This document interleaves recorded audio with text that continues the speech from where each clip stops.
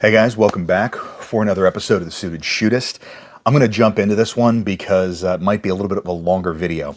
So I'm filming this today on June 1st, and the reason why that is relevant is yesterday was the last sort of amnesty day before the ATF's new ruling on pistol braces went into effect. Now, that's kind of uncharacteristic for me to talk about on this channel because I don't really touch on 2A current events too much or the political aspects of this because that's not really my lane. I think that it's overly polarizing and it actually gets in the way of some of the topics that I want to address. But that is one of two things that was the catalyst to this week's video. The second was a discussion in one of the Facebook groups that I'm a part of. And one of the folks there was talking about how their routine will periodically take them to the post office where it's a felony for them to carry a firearm. And so you're asking, what do these two things have to do with each other? And how they are related is the topic of this video. And that is what opinions you choose to express and how passionately on social media. Because a big part of what I talk about is the importance of how you present yourself. Now, obviously, the main focus of that is in terms of how you dress. But how you conduct yourself on social media is a big part of that as well. Now, I'll preface this by saying none of this is legal advice, but these are some observations that I've had, discussions with, certain professionals, and my opinions are based on the fact that I am a graduate of Mag 40. I have read the law of self-defense, and though the legal side of this is a segment of study for me, but again, I'm not an expert. This is not advice. So that whole preamble to say this,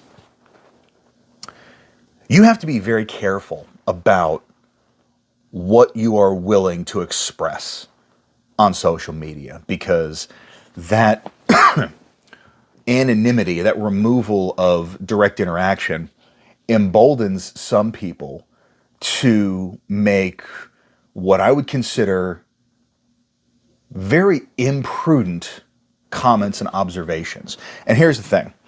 Whether you are talking about something like non-compliance with this recent ATF ruling, or whether you are talking about something that is either a academic theoretical or something that you've actually done in the past, it extends beyond the act itself.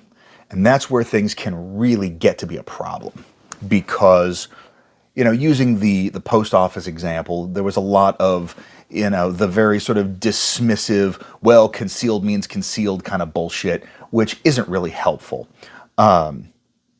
But here's why that's problematic. Number one, aside from the fact that they're being very cavalier in discussing a felony and effectively advocating that somebody else do the same, which I'm never fond of advocating for behavior to which you are not going to be subject to the consequence.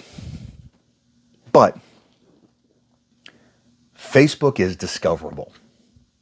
So that means that if you find yourself involved in a defensive gun use, how you comport yourself is going to factor in to what is presented to either to a grand jury or to a jury. And think about the connotation of this. Whether or not you think that you should be allowed to carry in a post office, whether or not you think that the ATF ruling, opinion, whatever you want to call it, is complete and utter bullshit, has no basis in the Constitution, and is completely unfounded. If you are going to go on record as saying, you know what, fuck them, I'm going to do it anyway, then at its core, what you are saying is, I pick and choose which laws I want to abide by. And that can become very problematic because, and again, this is to the best of my understanding as a layman, the claim of self-defense is an affirmative defense. So what that means is you are essentially admitting to a crime, but you are contending that the crime was necessary because the potential outcome, had you not, was worse. So, if you are going to have to hold up the law as your shield when it comes to a defensive encounter, then is it really a good idea to publicly flaunt and thumb your nose at similar laws and regulations because you find them to be distasteful? You know, I'm not necessarily saying that it's going to be the deciding factor in a case, but at the very least, it's likely going to be the deciding factor between whether or not your lawyer buys a 50 or a 60-foot boat. So there are a lot of very strong opinions anytime you are talking about any individual right. For the purposes of our conversation, the individual right in question is the right to self-defense. But it extends beyond that. Passion is good. Being willing to engage in dialogue is good. Going on record in a discoverable format and saying, you know what, that law doesn't apply to me, so fuck you, that's just not smart. Whether or not it's something that you choose to do is your business. I'm not going to sit here and tell you to or not to, because I don't know your life. Everybody has to make those decisions for themselves. Everybody's math in terms of risk analysis and what liabilities they are willing to incur differs from person to person because the stakes are different for everybody. But there is absolutely no upside to going online and beating your chest and crowing to a bunch of strangers that you voluntarily disregard gun laws because you find them either inconvenient or offensive. There's no upside to it. Now, what you say versus what you do can be two different things. You know, being a hypocrite is one of the privileges of being a person. But just think, people don't think deeply enough about how these things can impact them. And I think it's critical, especially given how heavily scrutinized defensive uses of force are becoming. If you haven't already, you really owe it to yourself to go and listen to the primary and secondary podcast called The Aftermath. It was a very good representation.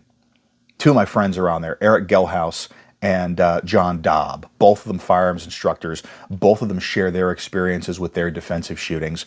And when you listen to how the backgrounds and the experiences were manipulated to play to a narrative, there is absolutely no point in giving anybody any additional ammunition with which to make your life more complicated. Because should you find yourself in that position, and I hope to God you never do, it's going to suck enough already. Like, there is no easy way out of it. So there is absolutely no point in making it harder than it has to be. So that's kind of what I'm going to leave it with, is you have to be very attentive to how these things come across, because I forget who was the first person to use kind of the grandma threshold, but if it's not something that you would be comfortable explaining to your grandmother, it's probably not worth expressing on social media. And if it's not something that you would want to have read aloud in court, or if it's something that is very easily leveraged into something that paints you into an unflattering or unreasonable light, unreasonable being the real critical one, because you're going to be held to the standard of the reasonable and prudent person. So if through the course of your day-to-day activities, when your life isn't on the line, you're engaging voluntarily and crowing about unreasonable behaviors, then why should someone believe you when you find yourself in this gravest extreme that you suddenly decided to act reasonably, when you couldn't even be bothered to act reasonably on an average day when someone wasn't trying to kill you? So, like I said, just some food for thought. How we present ourselves is a lot more than just, the clothes that we have hanging off of our bodies. It is much more than just the words that we use. But social media can get people into trouble very easily. So be attentive of that, because it can be a slow burn, and it's something that we need to be cognizant of. So I want to hear your thoughts on this. Do you have some examples that we can use as kind of a case study to drive the point home? Am I completely off base and I'm just being a, First Amendment hating bootlicker? Put it down in the comments. But aside from that, I hope everybody has a fantastic week. If you haven't already, go support the Firearms Policy Coalition. They're doing a bunch of great work. And aside from that, stay dangerous and stay sharp.